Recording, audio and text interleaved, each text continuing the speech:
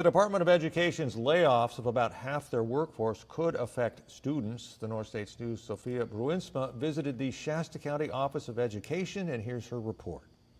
The federal government funds important things here in Shasta County. On Tuesday, the Department of Education announced it was cutting nearly half of their department's staff, part of President Trump's goal of dismantling the agency. Shasta County Office of Education Superintendent Mike Freeman says additional cuts could have negative impacts on his district.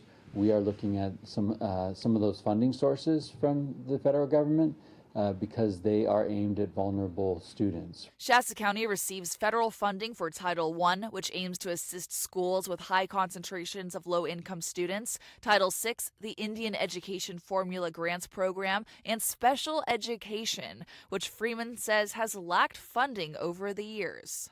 It's not nearly enough. Attorney generals from 20 different states, including California, are suing Secretary of Education Linda McMahon, alleging this week's mass layoffs are gutting the agency as a way to implement an unlawful plan. The U.S. Department of Education Secretary McMahon called the department a bureaucratic bloat. What's your reaction to that type of comment?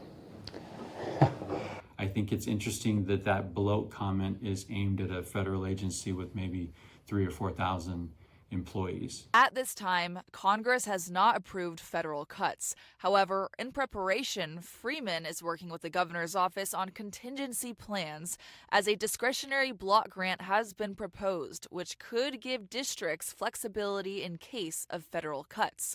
Although Freeman says the amount is still nowhere close to what's needed. Sophia Bruinsma, the North States News.